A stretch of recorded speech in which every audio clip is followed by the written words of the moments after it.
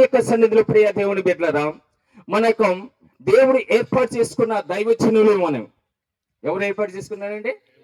దేవుడు ఏర్పాటు చేసుకున్నాడండి. ఇది గొప్ప ధన్యత. ఈ లోకంలో ఏ రాజుకు లేదు, ఏ చక్రవర్తికి లేదు, ఏ ప్రధానమంత్రికి లేదు, ఏ ముఖ్యమంత్రికి లేదు. ఈ ధన్యత ఒక దైవజనుడికి మాత్రమే. ఆమేన్, హల్లెలూయా. ఒక దైవజనుడికి మాత్రమే. ఎవరికి తల వంచిన వాడు సృష్టికర్త అయిన దేవుడికి మాత్రమే. దేవుడికి మాత్రమే మనము సేవకులమి. మనుషులకి కాదు, నాయకులకు కాదు, అధికారులకు కాదు, ఈ లోక సంబంధంలో ఎవరికి కాదండి, దేవుడికి మాత్రమే. దేవుడు అంటే ఎవరు? సంఘము. దేవుడు ఏమంటే ఎవరండి? సంఘము. యేసుక్రీస్తు రక్తం ద్వారా కడగబడిన సంఘము. దేవునికి స్తోత్రం. మనకప్ప చెప్పాడండి. అందరికీ కాదండి, ఇది అందరికీ లేదండి భాగ్యము. ఈరోజు ప్రియ దేవుని బిడ్డలారా, ఈ భాగ్యం అనుకున్నప్పుడు కొంత ఆనందం. ఎందుకంటే పనికిరాని వాళ్ళు మనం. దేవుడు ఎలాంటి వాళ్ళని ఏర్పాటు చేసుకున్నాడండి? 12 మంది శిశువులు 11 మందిని చూడండి. వాళ్ళని దేవుడు ఏర్పాటు చేసుకున్నప్పుడు వాళ్ళ స్థితిగతులు ఏంటండి? ఎన్నికలేని వాళ్ళు, పామరులండి, మాట్లాడడానికి చేతకాని వాళ్ళు. మోసని ఎలాంటి వాడిని ఏర్పాటు చేసి, అయ్యా నోటి మధ్య కలవాడిని, నేను పనికిరాను ప్రభువా, నీ పనికి నేను పనికిరాను అనుకున్నప్పుడు, నేను నీకు చెప్పండి అయ్యా, నేను నీకు తోడుగా ఉంటాను. ఆమేన్, హల్లెలూయా. మనకి తోడుగా ఉండే దేవుడు అండి. మనకు తోడుగా ఉన్న దేవుడు, మనకి సహాయకర్తగా ఉండే దేవుడు మన పక్షంగా ఉన్నాడు. కనుక మనము ఏదైనా దేవుని పేరిట చేసుకుంటూ వెళ్ళాలి. దేవుని పేరిట చేసుకుంటూ వెళ్ళాలి. ఇంకా ఏది మనం చూడొద్దు. కుడి ఎడమకు తొట్టిల్లకూడదు, మనం చూడకూడదు. దేవుడు చెప్పిన మాట, దేవుడు చెప్పినట్లుగా మనం ముందుకు సాగుతూ ఉండాలి. ఆమేన్, హల్లెలూయా. ముందుకు సాగుతున్న వాళ్ళే దైవజనులు. చూడండి ప్రియ దేవుని బిడ్డలారా, ఈ లోకంలో మనం ఎంత ధన్యతలో ఉన్నామో, ఎంత ధన్యకరమైన స్థితిగతుల్లో మనం దైవజనులుగా ఉన్నామో ఒక్కసారి ఆలోచించండి. ఈ భాగ్యము అనేకులకి ఇవ్వలేదు, కానీ నీకు నాకు ఎందుకు ఇచ్చాడంటే దేవుని పేరిట నిలబడతామని. ఆమేన్, హల్లెలూయా. దేవుని కొరకు నిలబడతామని, దేవుని కొరకు అత్త సాక్షిగా మిగిలిపోతామని. ఆమేన్. ఎంత గొప్ప భాగ్యం అండి. ఎవరైనా వచ్చి ఈ సమయంలో మన పీకలు కోస్తానా కానీ పారిపోవద్దు. కోసుకో. నా ప్రభు నా కొరకు ప్రాణం పెట్టినవాడు. నేను ప్రాణం పెట్టలేనా? మనము జారిపోవద్దండి. సాక్ష్య జీవితం మనకు ఉండాలి. ఏ జీవితం ఉండాలి? సాక్ష్య జీవితం ఉండాలి. సువార్త పనిలో అది ప్రధానమైందండి. సాక్ష్య జీవితం ఉన్నప్పుడు దేవుడు నిన్ను జ్ఞాపకం చేసుకునేవాడుగా ఉన్నాడు. హల్లెలూయా. దేవుడు నిన్ను జ్ఞాపకం చేసుకున్న వాడుగా ఉంటాడు. ఎందుకంటే దేవుని యొక్క సేవకులుగా, దేవుడు ఏర్పాటు చేసిన బిడ్డలుగా మనము దేవుని నిమిత్తం వాడబడుతున్నాం. హల్లెలూయా. కనుక ప్రియ దేవుని బిడ్డలారా, యోబు గ్రంథము, దేవుని యొక్క వాక్యం తీయండి. యోబు గ్రంథము 1వ అధ్యాయం 8వ వచనం. తొందరగా నాకు ఇచ్చిన సమయంలో నేను చాలా ఫాస్ట్గా వెళ్తాను. చాలా అనుకున్నాను 2 గంటలు ప్రసంగం చేద్దాం అనుకున్నానండి. ఎన్ని గంటలు? లేదులేండి, అంత చెప్పను. ఇప్పుడు నాకు కూడా ఆకలి అవుతుంది. అసలుకి షుగర్ పేషెంట్ కాబట్టి నేను కూడా సమయానికి తినాలి. కాబట్టి అయ్యగారు చెప్పినట్లుగానే అనుకున్న టయానికంటే నేను ముగించాలని ప్రయాసపడుతున్నాను. యోబు గ్రంథము 1వ అధ్యాయము 8వ వచనం. అందుకు యెహోవా, ఆగండి. Thank you pastor. ఇక్కడ దేవుడు పలుకుతున్న మాట అండి. ఒక వ్యక్తి గురించి మాట్లాడుతున్న మాట. ఆ మాట ఏంటంటే, ఆయన సేవకుడు కాదు. యోబు గారు సేవకుడు అంటే సేవకుడా? ఎక్కడ పరిచయం చేసినట్టు ఉందా బైబిల్ గ్రంథంలో? ఎక్కడ నాన్న సువార్తను ప్రకటించినట్టుందా? ఏ ఆత్మని రక్షించినట్టుందా?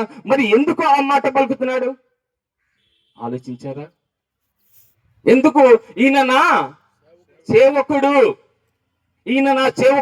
మనం యొక్క ఉద్దేశం ఏంటి? సేవకులంటే సంఘాన్ని నడిపించేవాళ్ళు, సంఘాన్ని ఆత్మీయంగా బలపరిచేవాళ్ళు, సంఘాన్ని ఆత్మీయ స్థితిలో ఉంచేవాళ్ళు, దేవునికి మహిమకరంగా ఆత్మల్ని భారమ కలిగి జీవించేవారు సేవకులు అంటే. మరి ఇక్కడ ఎప్పుడు ఎందుకు అంటున్నాడు దేవుడు? లేదు కదా. అదే చెప్తున్నాను, సంఘం కూడా లేదు. ఎందుకంటున్నాడు? సేవకుడు అంటే సంఘము ఇస్తాడు దేవుడు, కానీ ఒక ప్రత్యేకత ఏంటంటే సాక్ష్య జీవితం కలిగి ఉండటం. ఆమేన్, హల్లెలూయా. సాక్ష్య జీవితం కలిగి ఉండటం అండి. ఈరోజు నా అంశం కూడా అదే, ముసుగు. ఏంటండి? ముసుగు. ముసుగు అంటే ఏంటి? అసలు రూపము కనపడదు, ముసుగులు కనపడిందండి. మాస్కులు పెట్టుకుని కరోనా టైంలో ఎవరు ఇది దొంగతనాలు ఈజీగా చేశారు కదా. ఆ టైంలో మాస్కులు పెట్టుకుని దొంగతనాలు ఈజీగా చేయగలిగారు. ఎందుకంటే అది ముసుగు ఉన్నప్పుడు వాళ్ళు మంచి వాళ్ళ చెడ్డ వాళ్ళ తెలీదు. ఇప్పుడు క్రైస్తవ దేవుని యొక్క సేవకులు, లేదంటే దేవుని పేరిట ఇదిగో సంఘాలను నిర్మించిన వాళ్ళు కానివ్వండి, సేవ చేస్తున్న వాళ్ళు కానీ చాలా మంది ఆ ముసుగు ధరించి ఉన్నారు. ఆమేన్, హల్లెలూయా. దేవుడు ఏం చెప్తున్నాడు? మత్తయి సువార్త 7వ అధ్యాయంలో మనకి అక్కడ ఉంటుంది కదా, ఎవరు ఉంటారంట? మత్తయి సువార్త తీయండి, 7వ అధ్యాయము. అది కాదు, కొంచెం పైన ఇంకో మాట ఉంటుంది చూడండి. మత్తయి సువార్త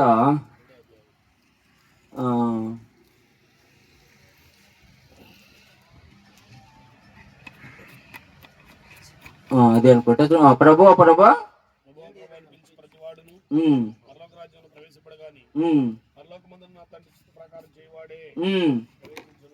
ఎవరంట?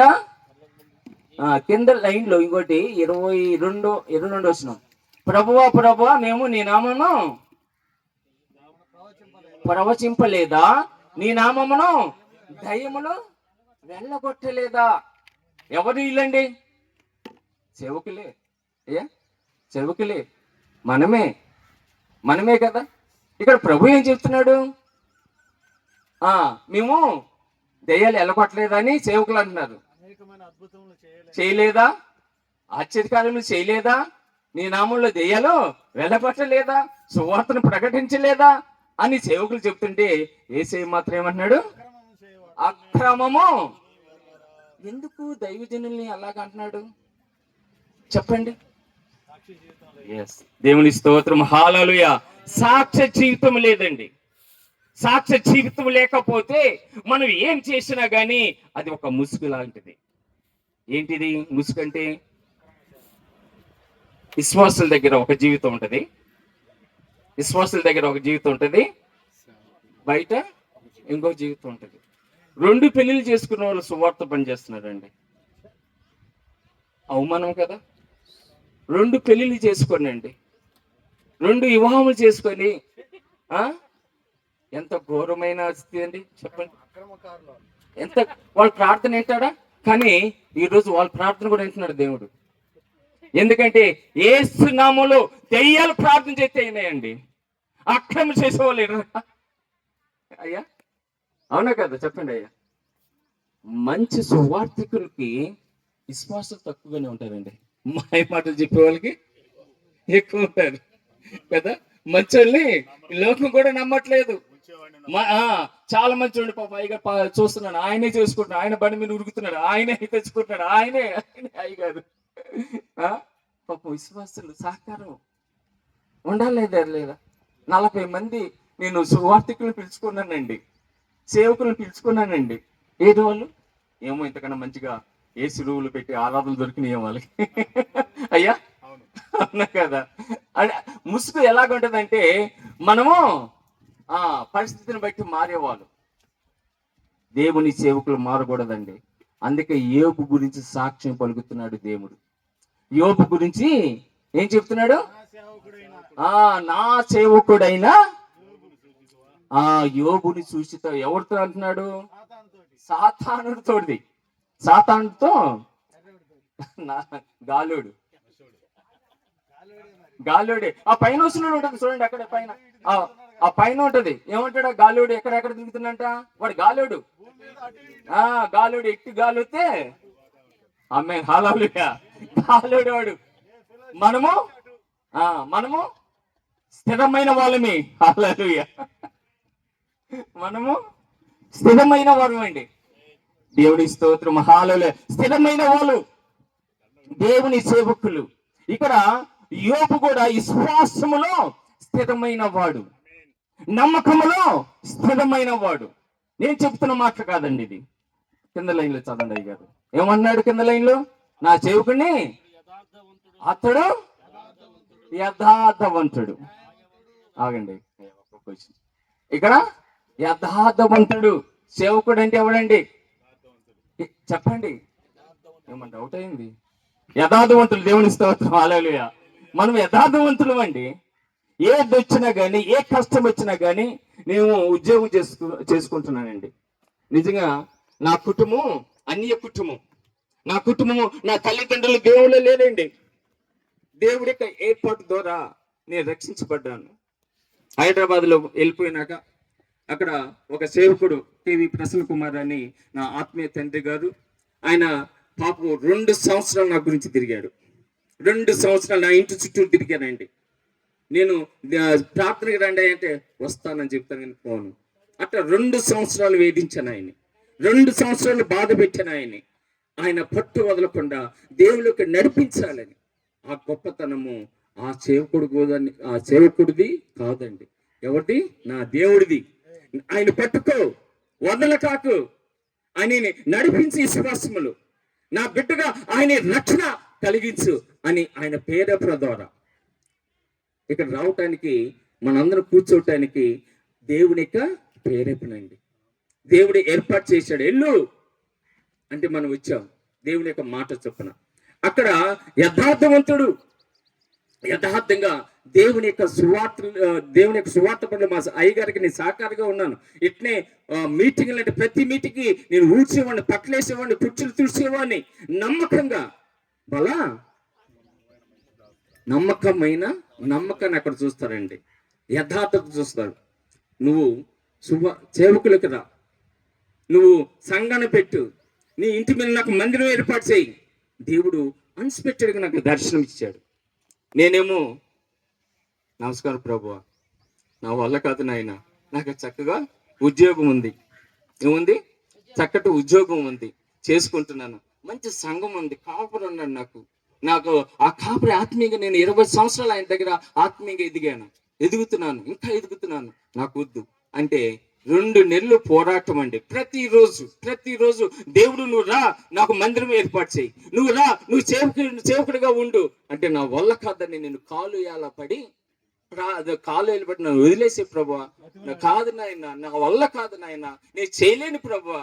ఈ పరిచర్య అంటే ఎంత కష్టమో నాకు తెలుసు. ఒక పక్క మా దైవ సేవకుని చూస్తున్నాను, రమ్మన్నప్పుడు ఏవో యేసువాసులు రారు. ఒకవేళ నాలాంటి వాళ్ళకి బాగా లేకపోతే చేసే వాళ్ళకి ఆయనే ఊడ్చుకోవాలి. మన సంఘాలు ఊడ్చుకుంటున్నాం కదండి, శిశువాళ్ళు సహకరించకపోతే వంటలు కూడా చేసి పెట్టిన రోజులు ఉన్నాయి సంఘ విద్యలకి నేను. ఎందుకంటే అది మన ధర్మము. ఇప్పుడు సేవకులుగా ఎంత భారం ఉందో మనకు తెలుసు. ఆ భారం అంతా మనము ఏం చేయాలి? ఆ భారం ఉండకూడదంటే నా వల్ల కాదు ప్రభువా, నేను రాలేను ప్రభు అంటే 2 నెలలు ఫైట్ చేశాను. ఆయన నీకు ఉద్యోగం వచ్చింది ఎవర్రా? ఇక్కడ నీకు ఉద్యోగం కల్పించింది ఎవరు? 10th క్లాస్ ఫెయిల్ అండి నేను. కానీ నాకు గవర్నమెంట్ కాలేజీలో అటెండర్గా జాబ్ ఇచ్చాడు దేవుడు. దేవుని స్తోత్రం, హల్లెలూయా. కూలి పనికి పోయానండి హైదరాబాద్. కూలి పని కోసం పోయానండి నేను హైదరాబాద్. తినటానికి తిండి లేని రోజులు గడిపాను. అనేక కష్టాలు బాధలు పడ్డాను అక్కడ. కానీ నా దేవుడు ఏం చూసి నన్ను మెచ్చుకున్నాడు. ఇదే నాకు ఒక పట్టుదల, ఒక న్యాయము, ఒక యథార్థమైన జీవితం, సాక్షి కలిగిన జీవితము నాలో దేవుడు చూశాడేమో. చూసి నువ్వు పరిసరికి రా, నువ్వు సంఘము నిర్మించు అంటే నా వల్ల కాదంటే దేవుడు దానికి నీకున్న ఉద్యోగం తీసేస్తాను. ఏం చేస్తావు? రోడ్డు పడతాం, అడక తింట, అంతే కదా. దేవుడు దీవించకపోతే ఏం చేస్తాడమ్మా? దేవుడు కాళ్ళు చేతులు మంచిగా ఉంటేనే మనం పని చేయగలుగుతాం. కాళ్ళు చేతులు తీసేస్తే మనం ఏం చేయగలుగుతాం చెప్పండి? నా వల్ల కాదంటే చూపించాడు. 2 నెలల తర్వాత ఒక పక్క దర్శనం కలిగినప్పుడు మా కుటుంబ సభ్యులు చెప్తుంటే వద్దు ఇంటి పైన రెంట్ హౌస్ కడదాం, 50,000 మనకి రెంట్ వస్తాయి, 50,000. అది అప్పుడు నేను జాబ్ చేసుకుంటా, మళ్ళీ నేను సైడ్ బిజినెస్ చేస్తాను, నెలకు ₹1,00,000. ఇటు ఈ చేతి నుండి ₹1,00,000 సంపాదిస్తున్నా, ఈ చేతి నుండి ₹1,00,000 సంపాదిస్తున్నా. ఇంటి రెంట్ కడితే 50,000 సంపాదిస్తాను, నెలకి 2,50,000 బిజినెస్ చేస్తున్నాను. ఇప్పుడు డాడీ, మా పిల్లలు అంటారు, నువ్వు మరి సేవకుడికి అయితే బిజినెస్ అనుకోవాలి, మళ్ళీ మనకి రెంట్లు రావు, వద్దంటే వద్దు, వద్దంటే వద్దు. వాళ్ళని కాళ్ళు ఎలబడుతున్నాను, బ్రతిమలాడుతున్నాను. ఒక తండ్రిగా, మన పిల్లలను ఒక తండ్రిగా మనము ఏం చేస్తాం? రే నా మాట వినాలి. ప్రతి విషయంలో ఏం చెప్తాము? మన మాట వినాలి, వినాలి, వినాలి అని చెప్తాం. కానీ అక్కడ వాళ్ళ కాలు పట్టుకునే పరిస్థితికి వచ్చింది. నా భార్యను బెదిరించేవాడిని, కానీ ఆమె కాలు పట్టుకునే పరిస్థితికి వచ్చింది. ఎందుకంటే నా దేవుడు దర్శనం మందిలో కట్టమంటున్నారు, మీరు వద్దంటారు. చివరికి మీరు ఒప్పుకోపోతే నా ప్రాణార్పణ చేసుకుంటాను నా దేవుని కొరకు. హల్లెలూయా. నా ప్రాణం తీసుకుంటానని బెదిరించారు. అప్పుడు వాళ్ళు ఒప్పుకున్న తర్వాత ఇదంతా 2016 అక్టోబర్లో ఇంకా ప్రారంభించిందంటే, ప్రారంభించే టైంలో నాకు నవంబర్ 7వ తారీఖున ఇక్కడ మందిరం ప్రతిష్ట కావాలి. 23 రోజులు ఉంది. 23 రోజులు గబగబ గోడలు లేపి, రేకులు వేసి, స్లాప్ వేయకుండా టైం అయిపోతుంది. కంకర మిగిలింది, సిమెంట్ మిగిలింది, పక్కన పెట్టేసి మా ఇంట్లో స్లాప్ అని వేసుకో, స్లాప్ ఉంది కదా కంకర అంటే, లేదు నా దేవుడు 7వ తారీఖున దేవుని పేరిట ఇక్కడ ప్రతిష్ట చేయాలి, మందిరము అవ్వాలి అంతే. నా దేవుడు చెప్పాడు, నా దేవుడు చెప్పాడు. సాక్షి జీవితం అండి. యోబుని ఏమంటున్నాడు ఇక్కడ? నా సేవకుడైన యోబుని సూచిస్తావా? ఎంత గొప్ప మాట అండి. దేవుడు ఎవరు చెప్తున్నారు ఈ మాట? మహోన్నతమైన దేవుడు చెప్తున్నారు ఈ మాట. ఈరోజు ఈ సాక్షి జీవితం మనకుందా లేదా? ఇప్పుడున్న ప్రతి ఒక్కరు ప్రకటించుకోండి. నామంలో, యేసుక్రీస్తు నామంలో ప్రతి ఒక్కరు ఆ సాక్షి జీవితం అండి. క్రైస్తవులుగా నడిపించబడుతున్న మనము అనేకుల్ని విశ్వాసాలుగా నడిపిస్తున్నాము. ముందు మన సాక్షి జీవితం కాపాడుకుంటున్నామా లేదా? దేవునికి మహిమకరంగా జీవిస్తున్నామా లేదా? ఏదో కాపరగా, ఏదో మన సంఘం ఉంది, నడిపిస్తున్నాము, చాలు అయిపోయింది అనుకుంటే కాదు. కానీ కావాలి, సాక్షి జీవితం కలిగి ఉండాలి. అది చూస్తాడు దేవుడు. నువ్వు ఎంత కష్టపడుతున్నావు సంఘము గురించి. అంటే యథార్థంగా ఇక్కడ ఏమంటాడు కింద లైన్లో? ఏవి ఎలాంటి వాడంట? యథార్థవంతుడండి, యథార్థవంతుడు. ఆయన ఏది చేయాలనుకున్న ప్రభుకి మహిమ కలుగుతుంది. ఆయన ప్రభు నామానికే మహిమ, ప్రభుకే మహిమ. అది యథార్థమైన జీవితం. అదే ముసుగు లేని జీవితం అంటారు. యథార్థం లేని జీవితం అంటే మాస్క్ లేని జీవితము, యథార్థమైన జీవితము. చర్చిలో ఒకలాగా, కుటుంబంలో ఒకలాగా. చర్చిలో బాగుంటాము, అదే వాక్యం చెప్పిన వాళ్ళు మనము కుటుంబంలో భార్య భర్త.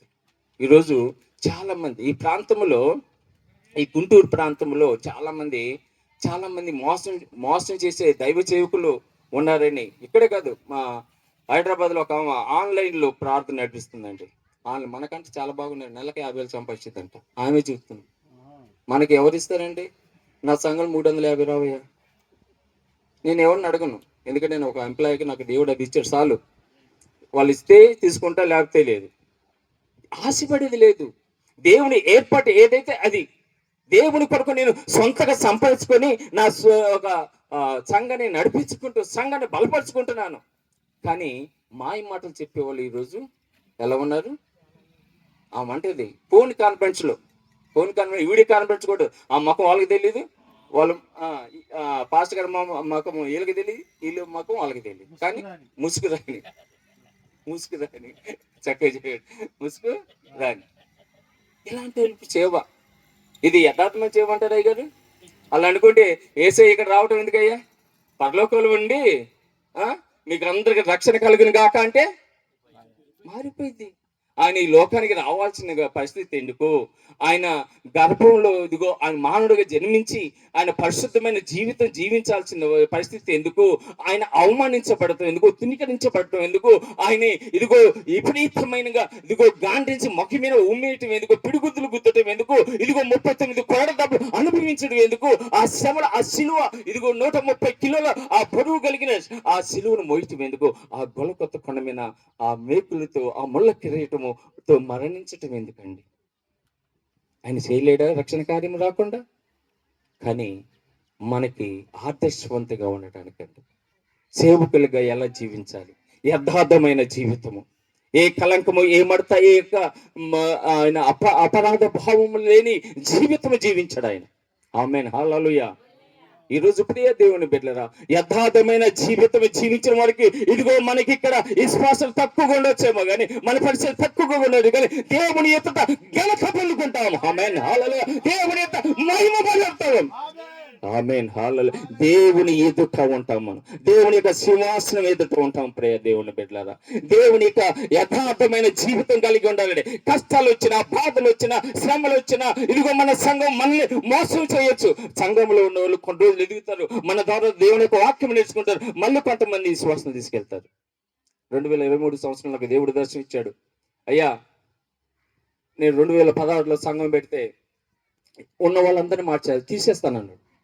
ఏంటి ప్రభు ఇది అంటే, నీకు కొత్త వాళ్ళని ఇస్తాను, వీళ్ళు నీకు ఉపయోగం కదలేదు. అప్పటికి నన్ను డామినేట్ చేస్తున్నారు వాక్యముల ద్వారా. దేవుడికి తెలుసు మనం యథార్థమైన పనిలో ఉంటే మన యొక్క బాధ, ఆవేదన, కష్టము ఎవరికి తెలుసండి? దేవుడికి తెలుసు. దేవుడు చూస్తాడు. మన అభ్యంతరపరిచిన ఏ ఆయుధము, ఆమేన్ హల్లెలూయా, ఏ ఆయుధము వర్ధిల్లదండి. మనం అనుకుంటాం, మనం మనసు చూసి క్షమించేస్తాం. అయ్యో, ఉంటే ఒక మూల పడి ఉంటారు, సమయానికి రావట్లేదు. రాకపోతే ఆ సమయానికి రాని వాళ్ళు మనకి లాస్ట్ ఎండింగ్ లో వస్తూ ఉంటారు. వాళ్ళని చూసి కొన్ని రోజుల తర్వాత ఇంకొకళ్ళు వస్తూ ఉంటారు. వాళ్ళు వస్తున్నారు కదా, మేము వస్తే ఏమైంది? ఎన్ని బాధలండి మన సంఘంలో. మనం సంఘాన్ని మనం నడిపిస్తున్నప్పుడు సంఘము ఒక గొర్రె అట్టుపోయింది, ఒక గొర్రె ఇట్టుపోయింది. చక్కటి 23వ దావీదు కీర్తనలో అందుకే చక్కటి మాటలు అంటాడండి. అక్కడ ఏమంటాడు తీయండి, 23వ దావీదు కీర్తన 4వ వచనం చదవండి.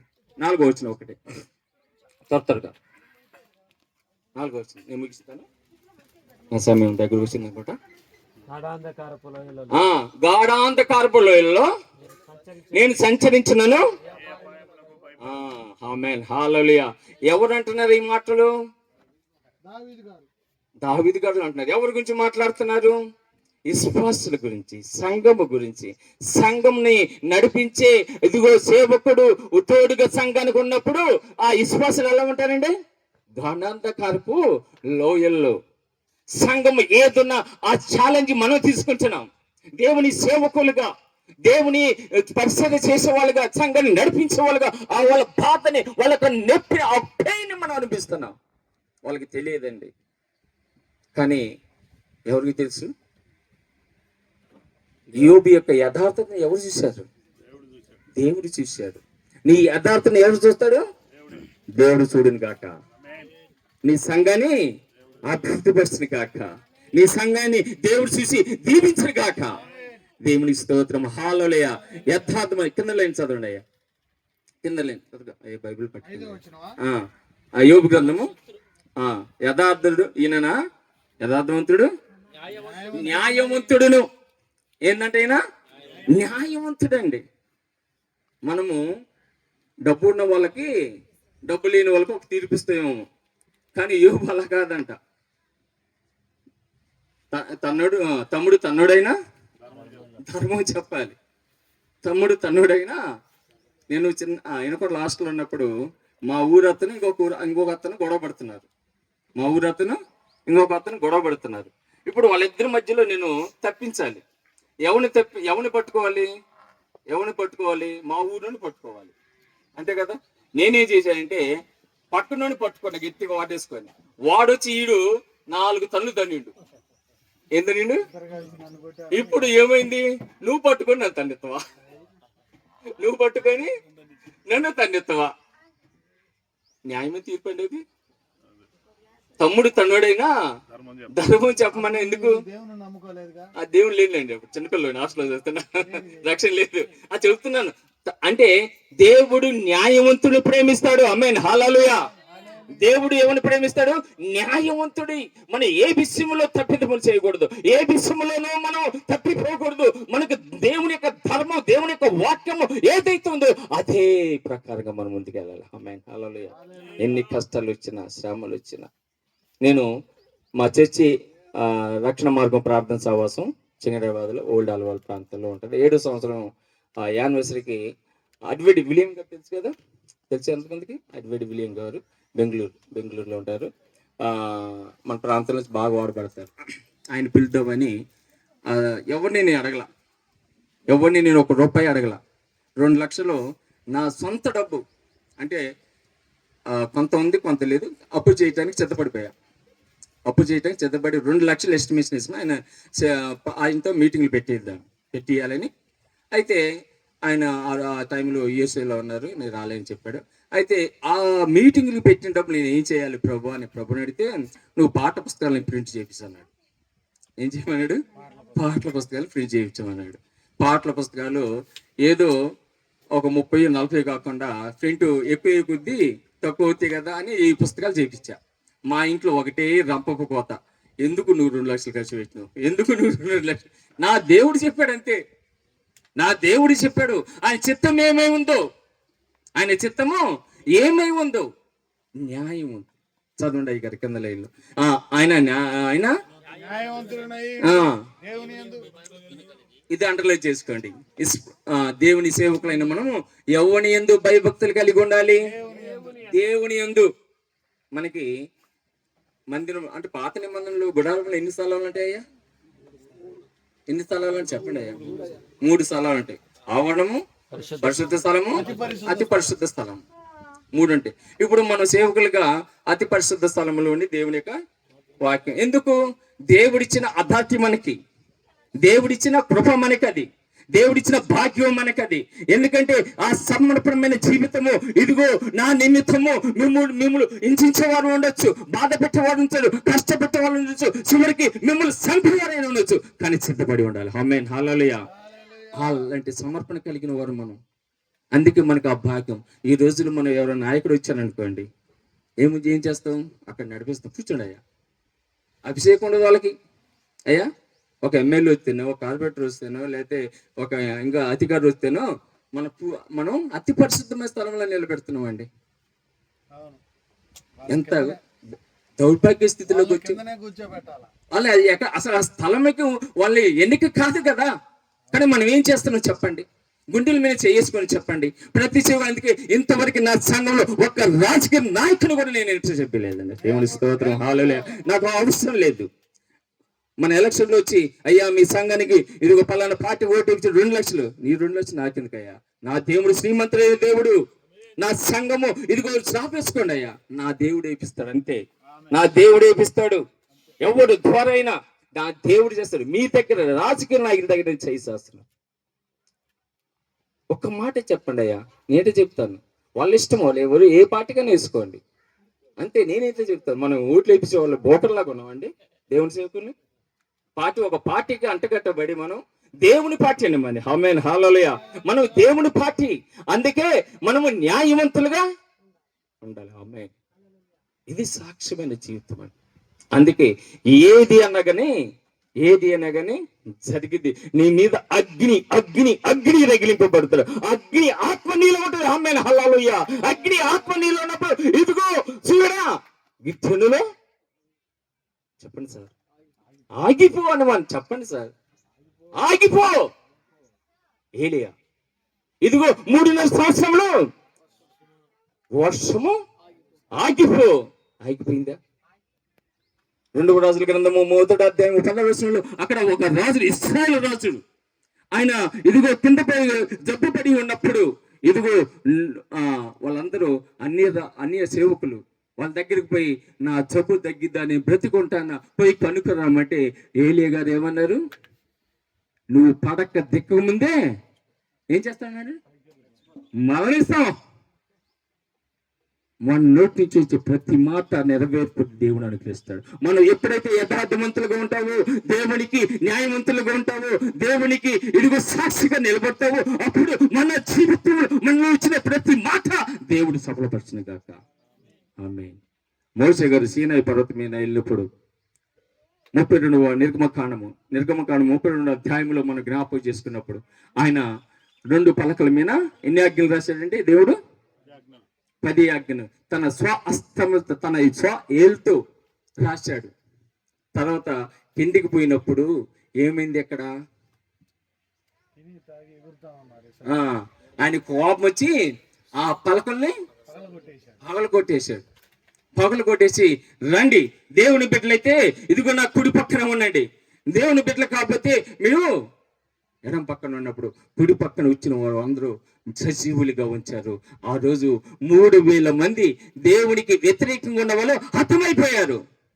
ఎందుకంటే అప్పుడు ఆ సమయంలో దేవుని దైవచనుడి ద్వారా బ్రతికించబడాలి మనము. ఆత్మల్ని రక్షించిపోతే ఆత్మల్ని రక్షించబడాలి మనము, కానీ సంపూర్ణంగా ఉండకూడదు. కానీ ఎందుకు 3,000 మంది చనిపోయారు అక్కడ? మళ్ళీ రెండోసారి మోషే నువ్వే పలకలు తీసుకొని రాసుకొని రాయి అన్నప్పుడు, అప్పుడు రెండోసారి ఏమైంది? ఆయన ముఖం ఏమైంది? మహిమపరచబడింది. ఆమేన్, హల్లెలూయా.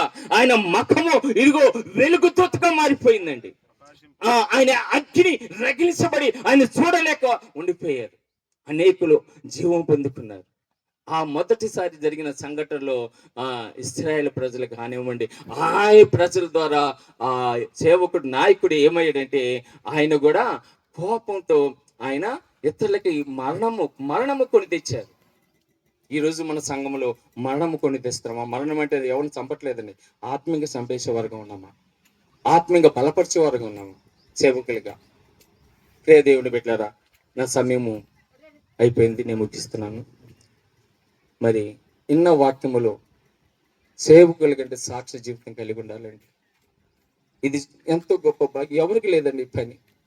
వ్యక్తిగతంగా ఎవరికోళ్ళు బాగుపడుకోవటానికి, ఎవరికోళ్ళు ధనం సంపాదించుకోవటానికి, ఎవరికోళ్ళు ఉన్నతమైన స్థితిలో ఉండటానికి పాటుపడతారేమో, కానీ మనము అది కాదు మన జీవితం. మనము ఇక్కడ ఒక్కొక్క ఆత్మ రక్షించబడితే, ఆత్మీయంగా బలపరచబడితే మనకి అక్కడ నూతన గృహము దేవుడిస్తాడు. అతి పరిశుద్ధమైన స్థలము మనకిస్తాడు. దేవుడితో పాటు తన సింహాసనం మనకిస్తాడు. ఈ రోజు ఇక్కడ ప్రతి సేవకుడు యథార్థమైన జీవితం కలిగి, సాక్ష్య జీవితం కలిగి, దేవుడి యొక్క మహిమార్థంగా వాడబడి ఆ దేవుని యొక్క నిత్య జీవంలో ఈరోజు నిజమే కొంచెం బాధ అనిపించింది స్టార్టింగ్లో నాకు. ఎందుకంటే సేవకులు ప్రతి ఒక్కరికి విశ్వాసంగా మనం ఏం చెప్తాం? సమయానికి రండి. కానీ మనం సమయానికి వచ్చామా? 10 గంటలు నేను పరిగెత్తుకుంటా. నిజంగా ఈరోజు దేవుడి దగ్గర పోవడం చాతాడు, గాలోడి వాడి పని వాడు చేస్తూ ఉంటాడు. మా బాగారు బండి స్టార్ట్ చేసి రాత్రి మమ్మల్ని పికప్ చేసుకొని ఇంటికాడికి వెళ్ళి పార్కింగ్లో పెట్టి పొద్దున స్టార్ట్ అవ్వాలి. దాన్ని నెడుతున్నాము, వెనక రివర్స్లో మా బాగారు స్టార్ట్ చేసింది. వెనకాల నెడుతుంటే దానికి కారు కిందకి వెళ్ళి నేను టైర్ కింద పడాల్సింది. కానీ దేవుడు తన కృప ద్వారా నిలబెట్టుకున్నాడు. అందుకే చెప్తున్నాను, బావగారు నేను ఇష్టం లేకపోతే దేవుని సందులో వాడబట్టము ఇంకొక సేవకుని ఏర్పాటు చేసుకుంటాడు. మనం ఆగిపోతాం అంతే. ఇది దేవుడి గారి, మనది ఏముంది కదా. దేవుడు ఐజాక్ గారు నన్ను పిలుచుకున్నాడో కాదు. ఒక సమయంలో మనము చేరలేము, కానీ అంటే దేవుడి ఉద్దేశం ఏదో ఉంది, దేవుని యొక్క ఆలోచన వేరే ఉంది. కనుక దేవుని యొక్క చిత్తమే మన జీవితంలో జరిగి మీ సంఘాలన్నీ యథార్థంగా సాక్ష్యం కలిగి సంఘాన్ని నడిపించుకొని ఇదిగో దేవుని యొక్క నామములో మన సంఘాలు అన్నీ దేవుని రాజ్యంలో ఎత్తబడిన గాక, సాక్ష్య జీవితం కలిగి మనందరూ జీవించిన గాక. ఈ మాటలు దేవుడు దీవించి ఆశీర్వదించిన గాక. మన అందరూ లేచి నిలబడితే ఎన్నో వాక్యాన్ని బట్టి కొంత సమయం, ఒక 2 minutes మాత్రమే ప్రభువా, ఈ రోజు నా తండ్రి నేను ఇదిగానైనా అయ్యా యథార్థమైన సేవ నీలో చేయాలి ప్రభా, యథార్థమైన ప్రభా పరిశీలనలో ఉండాలి నాయన. అయ్యా ఇదిగో నా తండ్రి, అయ్యా మాస్క్ పెట్టుకునే జీవితం నాది కాదు నా తండ్రి. అయ్యా నీ కొరకు నేను వాడబడాలి, నీ కొరకు నేను ప్రభా స్థాపించబడాలి, నీ కొరకు నా తండ్రి నీ సువార్త పనులు పౌలు గారు ఏ విధంగా అయితే ప్రభా ఇదిగోనైనా అయ్యా రక్షించబడి నా తండ్రి ఇదిగో నేను బ్రతుకుడా క్రీస్తు కొరకే సావైతే లాభమని ప్రభా ఏర్చుకున్నాడు ప్రభా. ఈ రోజు మేమందరము కలిసి ఇదిగోనైనా ఈ లోకం నువ్వు ఇచ్చిన ఈ సువార్త పని ప్రభా, అయ్యా ఈ లోకములో ప్రభా సువార్త ప్రకటించడానికి ఇదిగోనైనా నీ నామములో నా తండ్రి మేమందరము కలిసి ప్రభా ఈ సువార్త రాజ్యములో ప్రభా ఈ రాజ్యము నిర్మించబడడానికి, నీ పరిశుద్ధమైన సంఘాన్ని నిర్మించడానికి ప్రభా మనందరినీ జ్ఞాపకం చేసుకోమని ప్రభా నీ నామములో ప్రభా ఇవి ఇక్కడ ప్రతి సేవకుని అయ్యా వాళ్ళకు ఏ భాగం అయితే చేస్తున్నది ప్రభా ఆత్మశక్తి ఆత్మఫలం ద్వారా ప్రభా అయ్యా ఫలపరుచుకో. నీ అగ్ని ప్రభా అయ్యా మాకు తగిలించు. ఆత్మస్వరూపిణ దేవా నీకే స్తోత్రం స్తోత్రం స్తోత్రం స్తోత్రం. అగ్ని మండించు నాలో అగ్ని మండించు, అందరూ అగ్ని మండించు నాలో అగ్ని మండించు. పరిశుద్ధాత్ముడా నీ అగ్ని మండించు నాలో అగ్ని మండించు. పరిశుద్ధాత్ముడా నాలో అగ్ని మండించు అగ్ని మండించు నాలో అగ్ని మండించు అగ్ని మండించు నాలో అగ్ని మండించు పరిశోధకుడా అగ్ని మండించు నాలో అగ్ని మండించు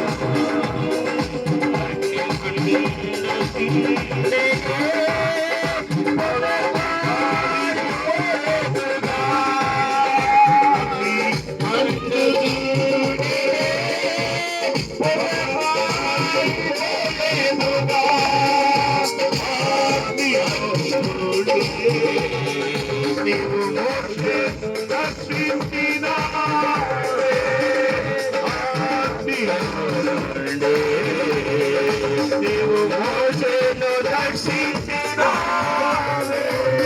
ఈ రోజు నన్ను దర్శించమని అత్యాల మోషువని ప్రమాణాలను జ్ఞాపకం చేసుకున్నాయినా నన్ను జ్ఞాపకం చేసుకోండి ఈ ఆత్మ ద్వారా అభిషేకించబడతావా ఈ సువార్త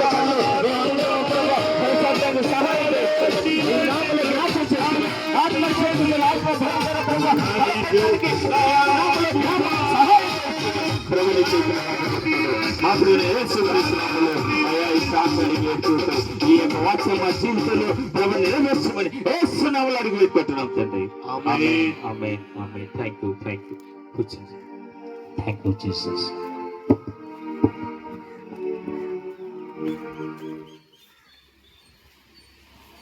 చాలా